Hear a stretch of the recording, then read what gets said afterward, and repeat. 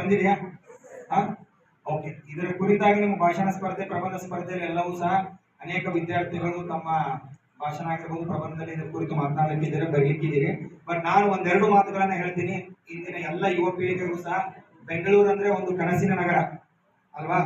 ನೀವೆಲ್ಲರೂ ಉದ್ಯೋಗ ಅರಿಸಿಕೊಂಡು ಮುಂದೆ ದೊಡ್ಡವರಾದ್ಮೇಲೆ software engineers or doctors or any officers ಆದ್ರೆ ಅತಿ ಹೆಚ್ಚಿನ ಜನ ಉಳ್ಕೊಳ್ಳುವಂತಹ ನಗರ ಅಂಡ್ ನಮ್ಮ ಕರ್ನಾಟಕ ರಾಜ್ಯದ ರಾಜಧಾನಿ. ಸುಮಾರು 1.5 ಕೋಟಿ ಜನಸಂಖ್ಯೆಗೂ ಅಧಿಕ ಜನರಿಗೆ ಅನ್ನ ನೀರು ಕೊಟ್ಟು ಸಲಹಿಸುತ್ತಿರುವಂತ ಒಂದು ಉದ್ಯೋಗ ನಗರಿ, ಉದ್ಯಾನ ನಗರಿ ಅಂದ್ರೆ ತಪ್ಪಾಗಲ್ಲ. ಅಂತಹ ನಗರವನ್ನ ಅಂದೇ 1530ರಲ್ಲಿ ಅಂದ್ರೆ ಸುಮಾರು 500 ವರ್ಷಗಳ ಹಿಂದೆ ಕನಸು ಕಂಡಂತ ಒಬ್ಬ ಸಮರ್ಥ ಆಡಳಿತಗಾರ, ಒಬ್ಬ ಸಮರ್ಥ ರಾಜ ಯಾರಾದ್ರೂ ಇದ್ರೆ ಅದು ಕೆಂಪೇಗೌಡ. ಹಿರಿಯ ಕೆಂಪೇಗೌಡ ಅಥವಾ ಕೆಂಪೇಗೌಡ 1 ಅಂತ ಕರಿತೀವಿ. ಅಂದ್ರೆ ಅವರನ್ನೇ ನಾವು ನಾಡಪ್ರಭುಗಳು ಅಂತ ಕರೆಯೋದು. ಅವರು ಯಲಹಂಕದಲ್ಲಿ ಹುಟ್ಟಿದ್ರು. ಒಬ್ಬ ರಾಜ ಯಾವ ರೀತಿ ದೂರದೃಷ್ಟಿతో ಇರಬೇಕು. ಅವತ್ತಿನ ರಾಜ ಅಂದ್ರೆ ಇವತ್ತಿನ ಯಾರ ಸಮ? ಅಂದು ರಾಜಪ್ರಭುತ್ವ ಇತ್ತು, ಇವತ್ತು ಯಾವ್ದಿದೆ?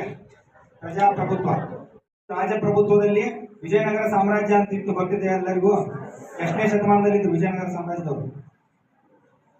ಆಯ್ತು, 13ರಿಂದ 16ನೇ ಶತಮಾನಕ್ಕಿದ್ರು. ಆ ವಿಜಯನಗರ ಸಾಮ್ರಾಜ್ಯದ ಸಾಮಂತ ದೊರೆಗಳಲ್ಲಿ ಕೆಂಪೇಗೌಡರು ಸಹ ಒಬ್ರು.